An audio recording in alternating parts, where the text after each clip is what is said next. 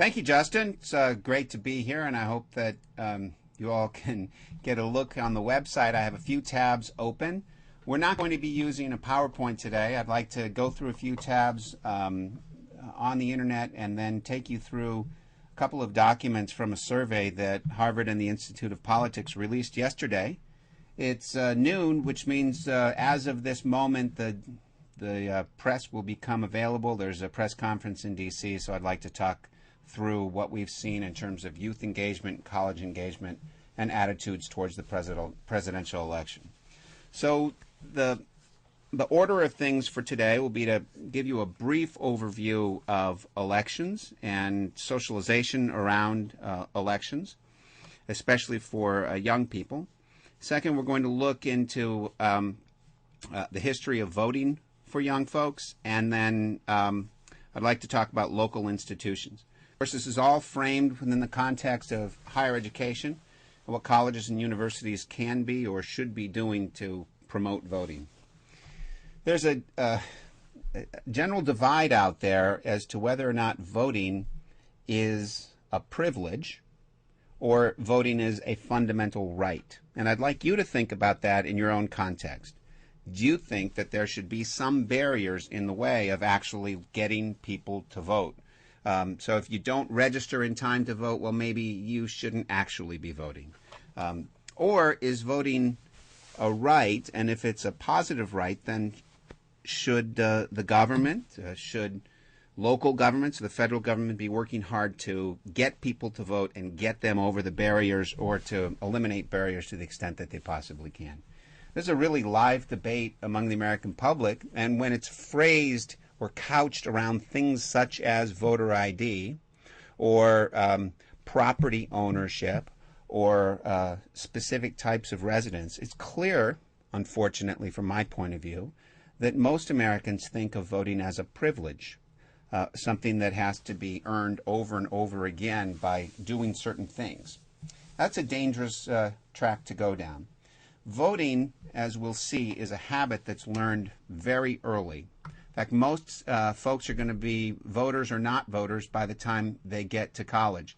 A socialization happens at a very early stage around political attitudes. So I'm going to begin with this tab. I'm going to be talking later today about the survey that the Institute of Politics has put forward. But one of the first surveys about presidents happened about 110 years ago. So at the turn of the last century, just over after 1900, the question was asked, who was the greatest president of the last 100 years? Who was the greatest president? And you have in front of you the person who came in first. Abraham Lincoln, at the turn of the last century, was thought to be the greatest president of the 1800s. But my question is, who came in second place on that survey? And there are a lot of great people you could imagine, right? So Thomas Jefferson could have come in second place, father of the Declaration of Independence. Andrew Jackson, the father of the Democratic Party, you could imagine having come in second place. Ulysses S. Grant, you can imagine having come in second place. But the person who came in second place, the second greatest president of the 1800s, was James Garfield. Why James Garfield? Well, attitudes towards politics, attitudes towards our political leaders are most clearly shaped in the early teens. It's also when our attitudes towards hierarchical institutions are also most clearly defined. And if you think about your own childhood, the political socialization literature is very interesting. The way that most Americans, or you, will think about the role of the presidency and the election of the presidency is most clearly defined by the presidential election closest to but after your 10th birthday. It's a very powerful socializing event happens in the presidential election and the hoopla around a presidential election closest to but after your 10th birthday. Well, when adults were answering the question, who's the greatest president of the previous 100 years at the turn of the last century, think about what they were doing when they were young. James Garfield was elected and then was shot early in his presidency. He lingered for months and ultimately died in 1881. He dies not from the bullet hole itself, but from the wounds where doctors kept sticking their fingers to make sure that the bullet hadn't moved. It was a terrible death. The whole country was wrapped up in the life and death of James Garfield. It's a remarkable amount of literature. Now, we forget about James Garfield today, but the impact on young people was so great that when they became adults, they thought of him as the second greatest president of the previous 100 years. It's important to keep this in mind because the students who are in middle school and high school and college today are learning about politics in a way that will impact them for their entire lives. As I mentioned earlier, voting is habit forming. If you don't learn to vote young, you're much less likely to vote when you're older. It's interesting that someone who comes of age during a presidential election, so right now somebody who is 18 years old, or in the past somebody who came of age and during a presidential election and were 21 years old, if they come of age at that moment and there's an election going on, they'll be more likely to vote than somebody who was 19 or 20 if the election happened when they were 18. And that will make them more likely to vote, or they'll be, in general, more likely to vote for the rest of their lives. It's a fascinating result. If you look at people who are voting in their 60s, they are less likely to be voting than somebody who's a year older or a year younger than they are if they didn't happen to turn 21 when there was an election. So there's a powerful socializing event around elections itself. It's a habit that's learned early, but not voting is also a habit that's learned very early. Second, we run elections in swing states more than any place else. Presidential elections are not uniform across the country. One of my daughters is in college in Ohio, and she said she can't even turn on the TV because she's bombarded with campaign ads. We don't get that in Massachusetts. I have to get on the web and actually see a campaign ad, and to the extent we see anything on TV, it's for campaigns up in New Hampshire. Nobody's going door to door in Massachusetts trying to get anyone to vote because folks in Massachusetts are, for the most part, going to vote for Barack Obama, and we've known about Mitt Romney for a very long time. And because the Electoral College is a winner-take-all system, there's very little incentive for the campaigns to invest any dollars on the campaign here in Massachusetts. But because Ohio is very much in play, that's where the money is being invested. So if you're coming of age politically in Ohio, you are far more likely today to have somebody ask you to vote, to see campaign literature, to turn on the television and see these frustrating ads you're being bombarded by. Now, the key lesson from this, though, is because socialization around elections is something that happens when you're young, young people who are in college now in Ohio are going to be more likely to vote, obviously, this year, but also more likely to vote for the rest of their lives. So a student in Massachusetts, a generic student in Massachusetts, not being subject to the hoopla of the campaign, will be less likely to vote for the rest of their lives compared to an otherwise identical person who's right now in Ohio or in any of the other swing states. Well, does that sound like a good way to run a democracy? The goal of a political party, the goal of a candidate, certainly the goal right now that we're seeing with the effort that's going on in Ohio, the goal is to win enough votes to win that state. Because the Democrats and Republicans already know who's going to win in Massachusetts, they don't need to spend the money here. But if you win by just one vote in Ohio, you get all of their electoral college votes. So there's a huge incentive for the campaigns not to increase turnout in Massachusetts, but to get additional votes in Ohio or in Colorado or in Florida or in Virginia and North Carolina or in Wisconsin, the places where the presidential campaign's actually happening. The campaigns, the parties, the candidates are not invested in promoting voting among people who aren't going to count. I'd like you to think about that in a broader way. Political parties and candidates are not in the business of promoting democracy. They're not. Political parties and candidates are in the business of winning elections, which means they have to get a very specific number of folks voting for them. You can target a number of votes and then bring them to the polls. And as long as you also have an ability to try and suppress the vote of your opponents, you might get the number, you might win.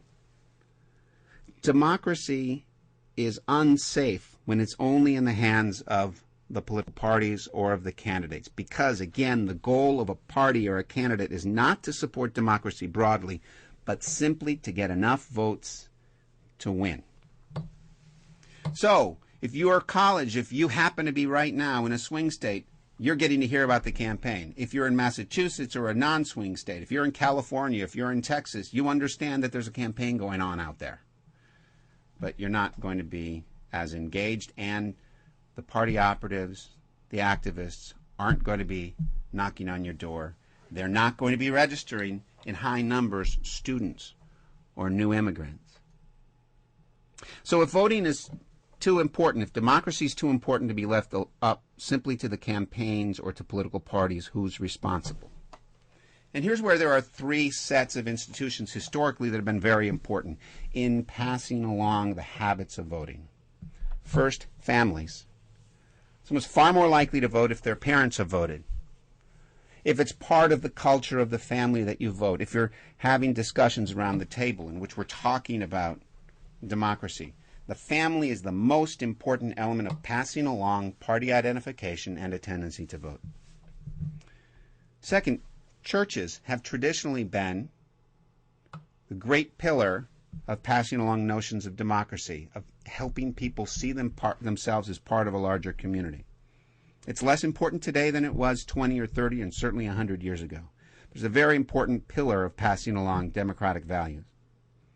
And then finally, schools. Colleges, universities, elementary schools, high schools, middle schools. This is where everybody, regardless of the swing state, can learn about and practice democracy. But there are important elements of colleges and universities in passing along these habits of democracy that have been broken. 20 years ago, we had student councils throughout the country. There were student elections in high schools around the country. You learned about democracy by running maybe for student president or vice president or any other office, representing your class. There's been a steady decline in student governments across the country in the last 20 years. But worse, those declines are unevenly done. If you're in an inner city or minority-based high school in America today, you are far less likely than you were 20 years ago to even have the opportunity to be involved in student government. If we're not practicing democracy in our own high schools, how do we expect young people to learn about democracy when they hit 21 or when they hit 18 or 21? Suburban and affluent communities are just as likely today to have student government and participation. So we're continuing to drive a wedge in terms of how we educate young people about the practice of campaigns and democracy. Voting is something, again, learned young. There's also been this rather distressing decline in parents, our last generation having voted, and then passing along the tendency to vote among young people. But when you get to a college or a university, it's also incumbent upon the college to help to register young people to vote. This was made very clear by the federal government in the Higher Education Act, in which they held hostage federal dollars for research if a university did not make registration materials available on campus and promote registration more widely. Well, that's kind of a fuzzy idea, but at least the federal government decided, members of Congress decided, if you're going to get federal dollars, then you need to be involved in promoting registration on your campus. You see in front of you the Harvard website.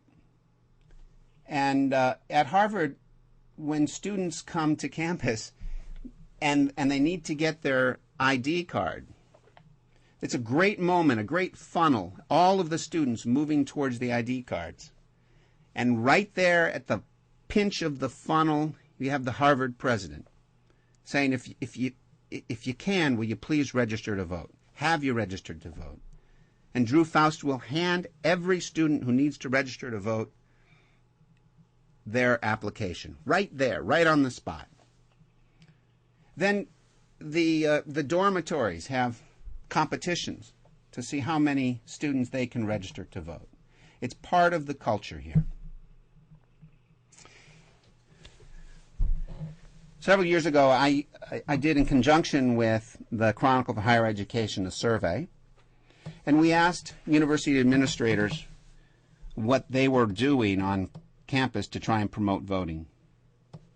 It caused a little bit of a firestorm because we found that over half of the college campuses weren't following the law. About 2/3 certainly weren't following every aspect of the law, and about 1/3 of the college campuses were seriously deficient. So we published these results, noting that the Higher Ed Act had ordered them to help register young people to vote. And I got an interesting letter and then a phone call from somebody at a large national university who claimed that they were never going to follow that law because that would violate the division of church and state, and they didn't see it within their purview. Well, colleges across the country are really high variance on whether or not they're following both the letter or the spirit, even today, of registration materials being made available. Take, for example, Georgetown, right there in the heart of the political world. But if you look for voter registration, the first thing that pops up is an article by Steve Ansalabaher, and you go down to the University Registrar's site, and at the bottom of this site is a notice about voter registration. Please register to vote. They give you access to the form, and they also, for DC voters, have online voter registration access. This is in compliance very, very roughly with the Higher Ed Act. But they also, in the Higher Ed Act, have made it clear that they want these materials available in every dormitory. Since the Higher Ed Act, most colleges are also putting these things online as opposed to simply putting them in college dormitories, believing that since students have computers wherever they are on campus, what you see in front of you here at Georgetown is the equivalent of promoting voter registration. It's not enough. There's some terrific schools out there that have been working to register voters. Here in town, in Boston, Suffolk University has done a fabulous job now for years, working with the city of Boston, promoting research on voter registration. Here you see a series of panels, and the latest one is on voter ID laws. It's almost inconceivable that a student would go to Suffolk University and not be asked time and again, will you please register to vote? And it's almost inconceivable that a student who goes to Suffolk University wouldn't be asked to volunteer at a polling location somewhere in Boston. It's a great source for for the city of Boston to come up with poll workers.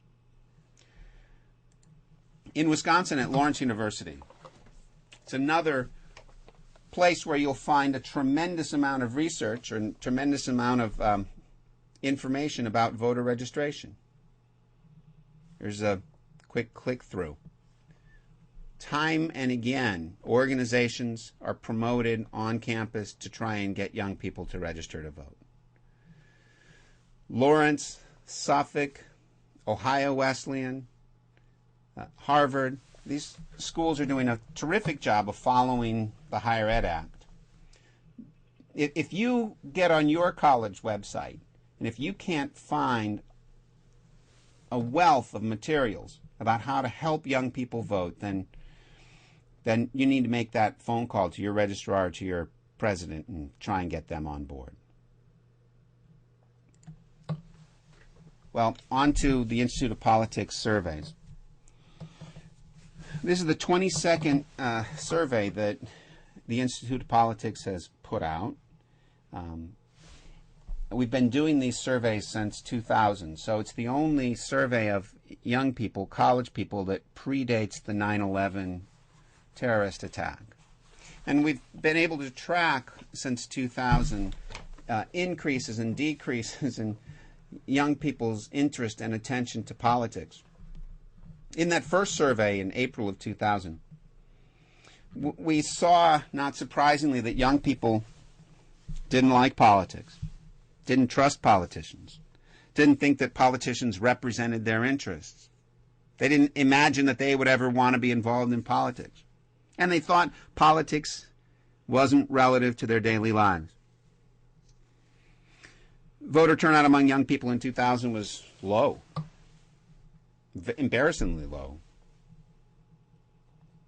And then 9/11. And in the wake of 9/11, young people said they don't trust politicians. Politicians don't relate to them. They can't imagine themselves being involved in politics. But politics was important in their daily lives. That's all that needed to be changed, is that young people needed to see that politics was relevant to what was happening to them at that particular moment. And while the national media in 2002 and certainly in 2004 was saying young people are not going to vote, they couldn't have been more wrong. Because in 2004 we saw a dramatic increase in the voting of young people. In 2006, in an off-year election, another dramatic increase in voting among young people under the age of 30.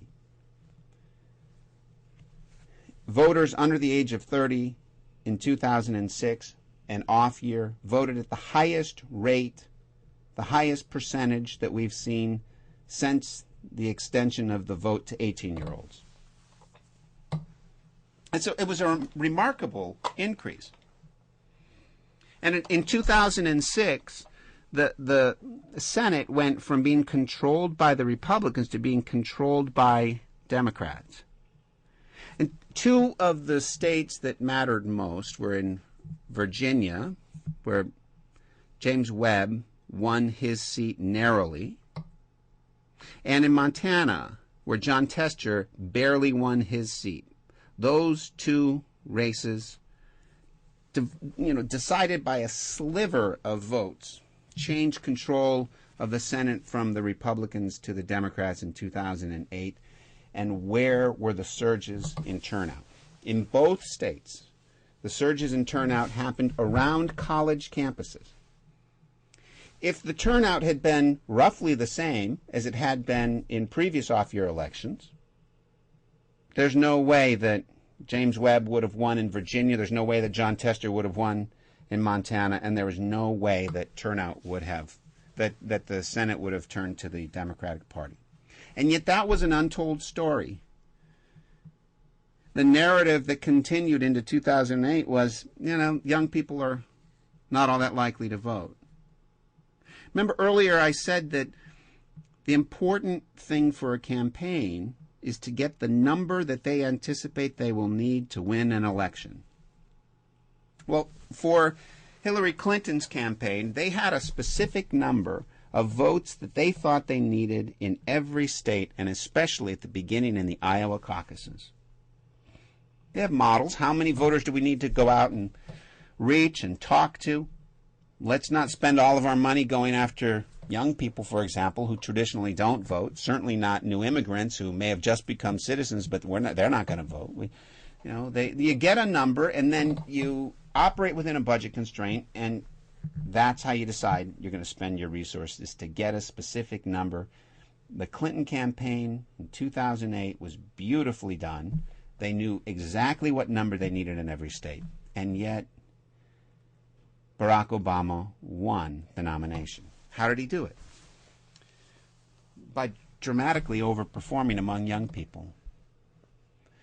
College-age kids turned out in record numbers. In Iowa, over 200% increase in turnout among college-age voters in the caucuses. In New Hampshire, 137% increase in turnout among college-age voters.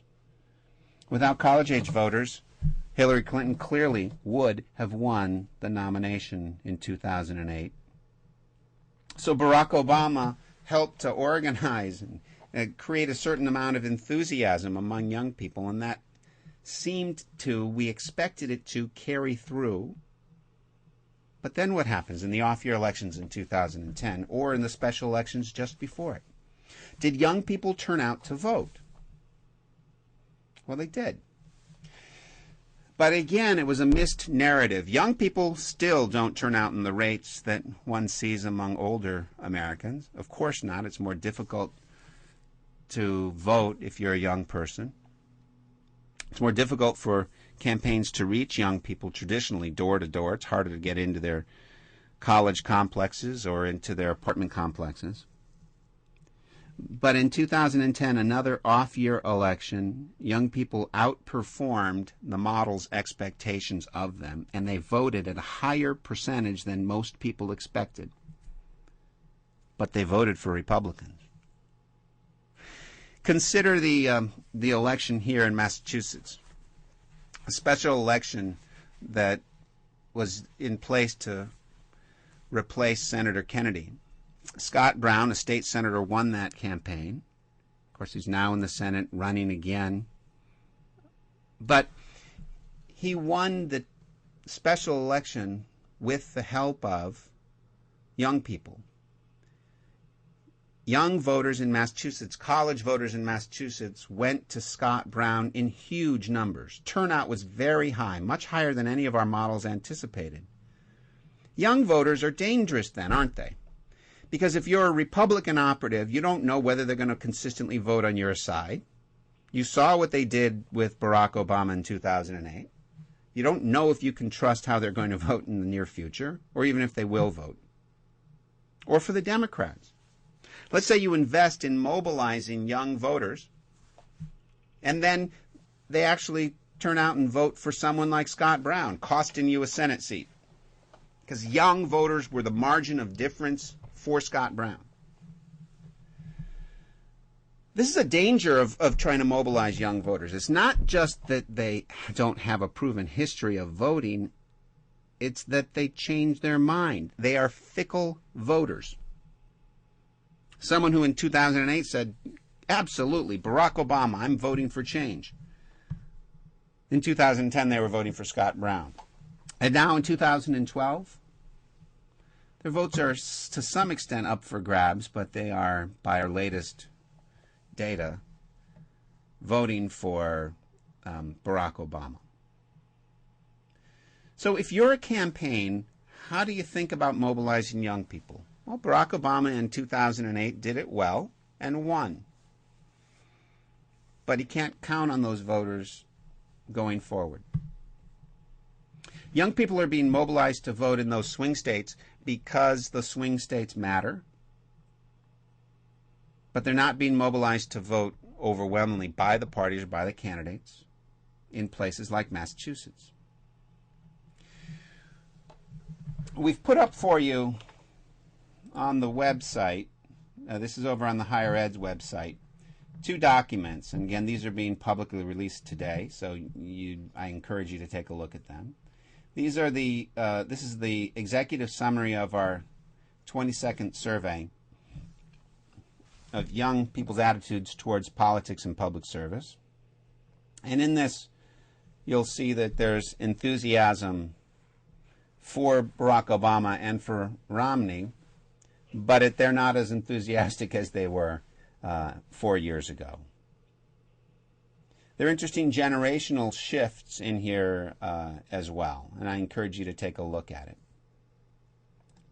We also have for you the actual top-line data. This is an interesting survey because we go after students here who are in college, but we also survey non-college young people, 18 to 24. So 22% of the entire sample are in college, and we break things down based on college and non-college students. It's very interesting.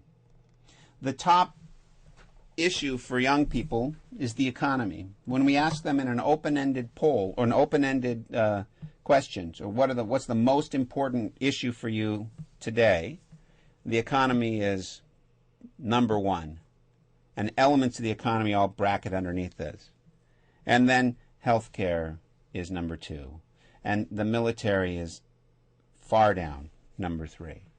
Young people today are pocketbook voters. They're concerned about whether or not they're going to get a job, what that job might look like. And that's, of course, very different from what we saw in 2008.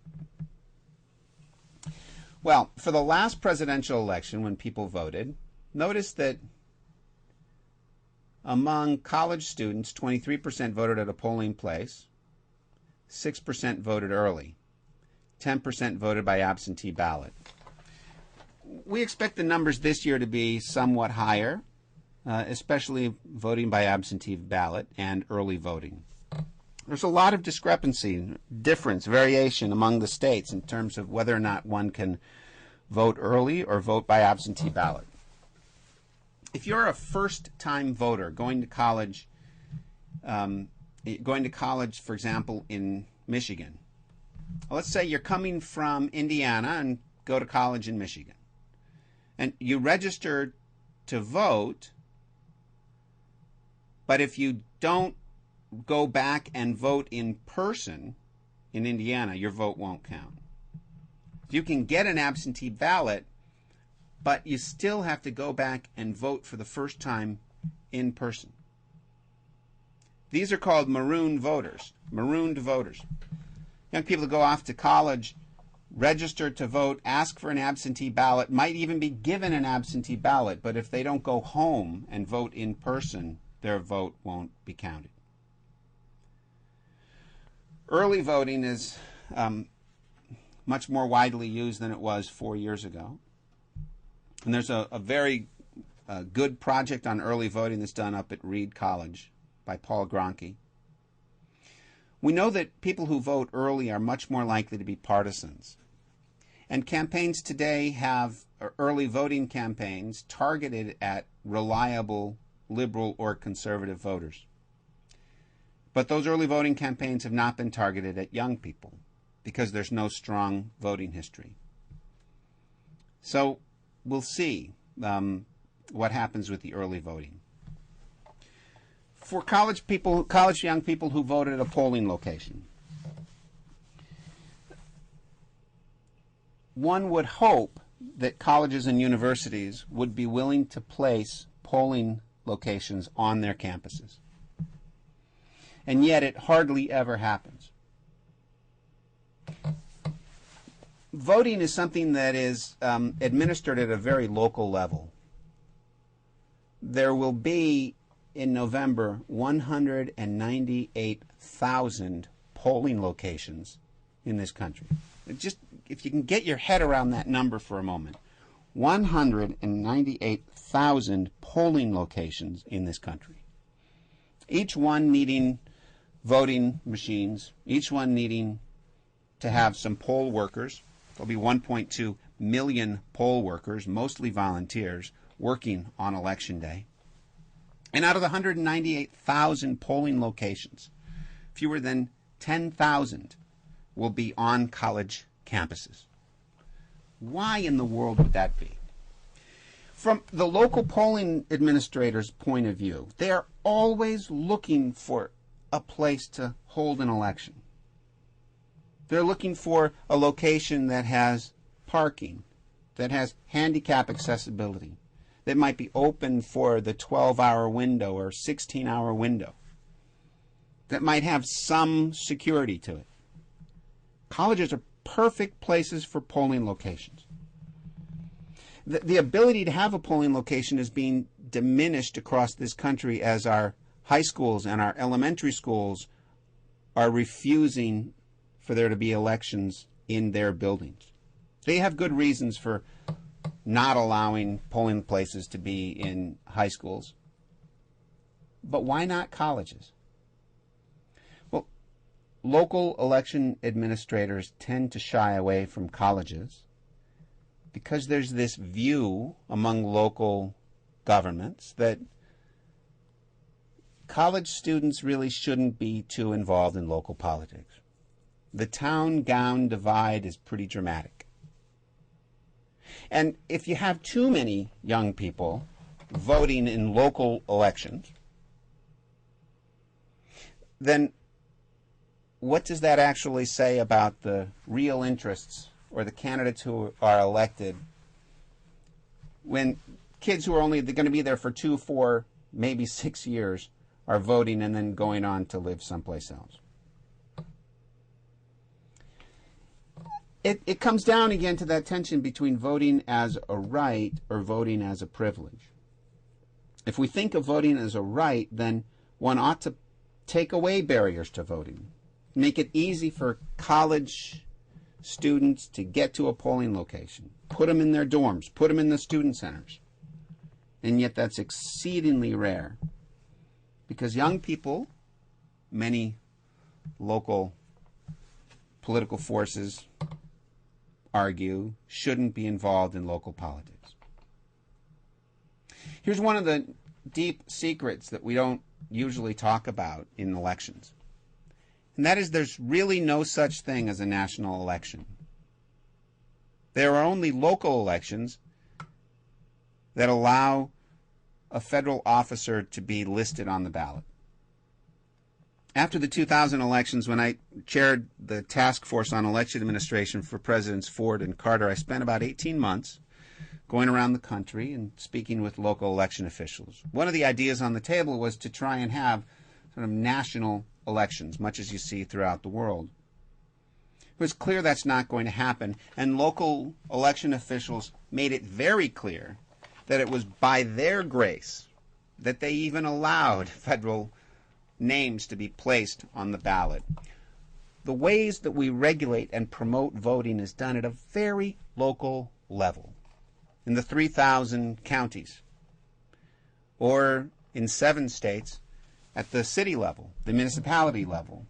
There are nationwide about 7,000 election district jurisdictions that can come up with their own rules about the sequence of ballots, about where somebody's name is going to be, how it would appear, but more importantly for us, where the polling place will be, and whether or not they will actively promote or encourage young people to vote. So we're going into this campaign, we're going into the election less than a month from now, with students who, if they don't live in a swing state, are probably not being reached directly.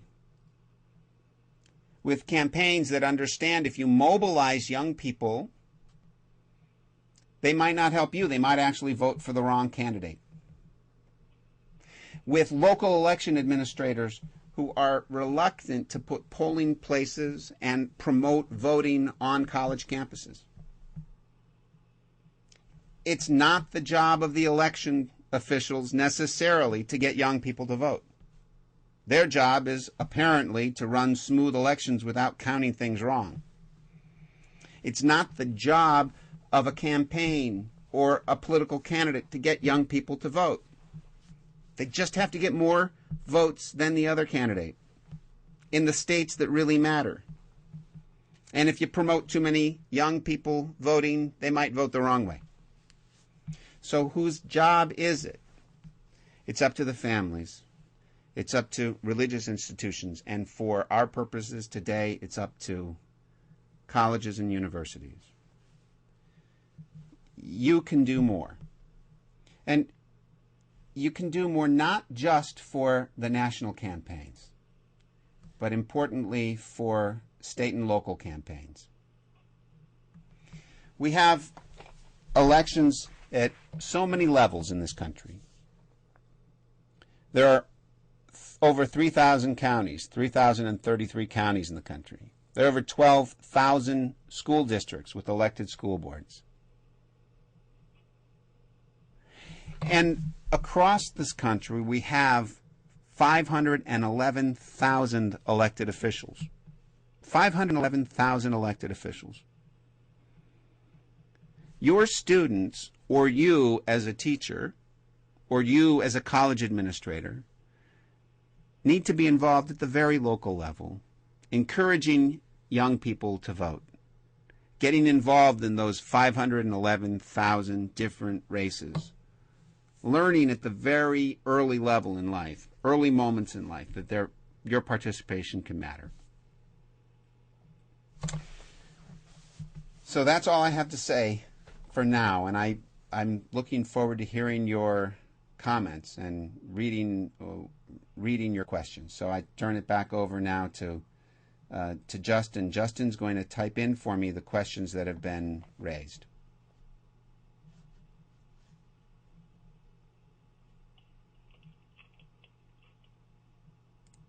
Can you find them? Not yet.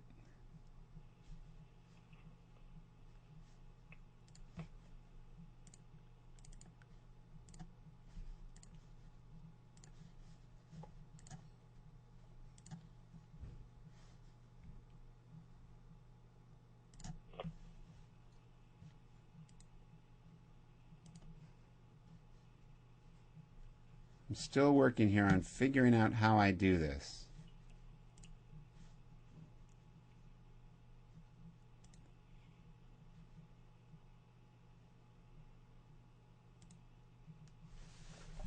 All right, thank you. All right, so the first question is from Katie. I was wondering about your thoughts on candidates having the ability to get young people to vote on young people's issues, say the Obama campaign of 2008. Katie, these are interesting surveys that we have from the IOP in that we don't find young people's issues being all that important to young people, both in 2008 and in 2012. Campaigns, I think, have often pandered to young people. In 2008, it was almost laughable how many campaigns put out statements about file sharing of software and music, as if that was something that young people really, really cared about. Of course, what young people care about was the war in 2008. They were seeing their friends or hearing about friends who had gone off to war.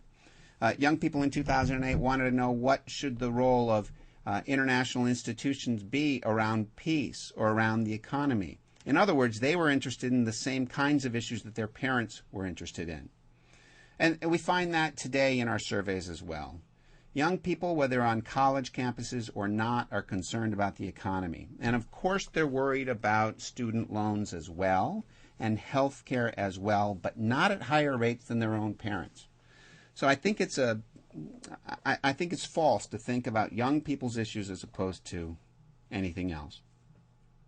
Treat them like adults. Next question. Also from Katie. How do you get those millennial students of 2008 to be engaged now and vote on the issues that affect them as responsible, hopefully employed members of society? Another good question. And on here, the data is also fairly clear. The way you get a young person to vote is to ask them to vote.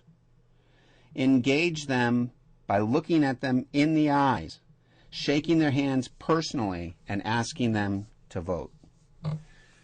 Again, in 2008 and in 2010, there was this general sense that young people will vote if you email them, if you get them on Facebook, if you engage them in a high-tech way. And that's nonsense. Engaging someone in a high-tech way rarely leads to a vote. It's high-tech and then a personal touch.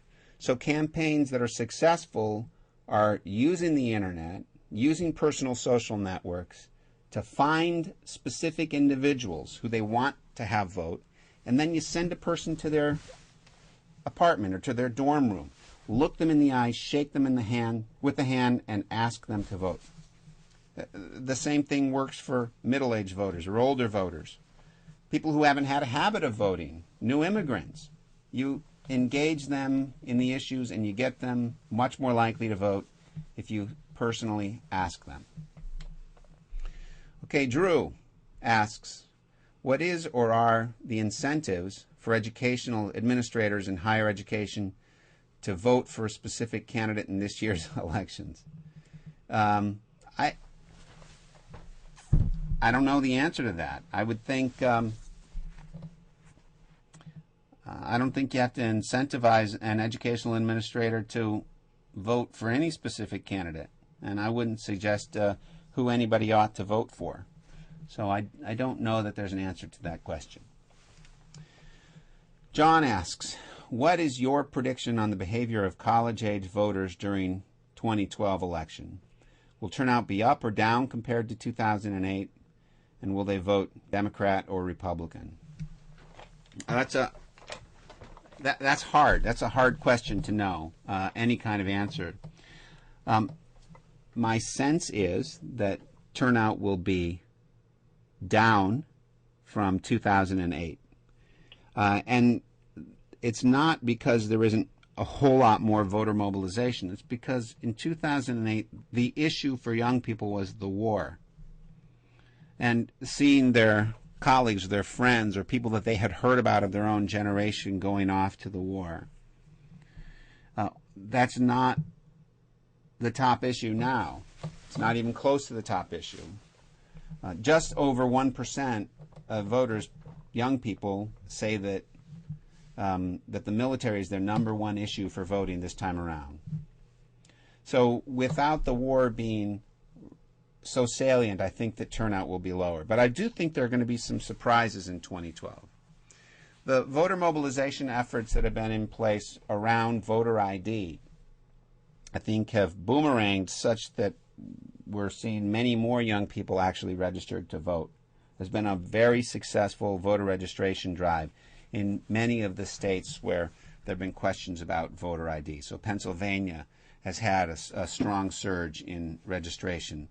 Florida's a strong surge in registration. Ohio, a strong surge in registration. 6 months ago, we thought that voter ID laws would really get in the way, but it's mobilized voters to get out there and get registered. All right, Andrea asks, if a university serves non-traditional students, how important is it that the university provides voting information to its students as per the act discussed on the webinar?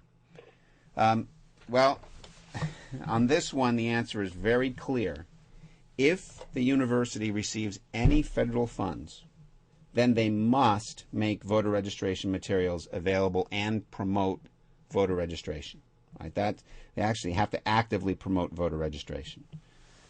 So if you're even at a private university that you would not imagine takes federal funds, I promise you there's somebody there who's on a federal grant. If anyone at the university or at the college is receiving federal dollars, then everybody at the university should be involved in registering young people to vote. So the answer is nobody gets out of this one. Congress was pretty clear that they wanted every higher ed institution to try and register people to vote.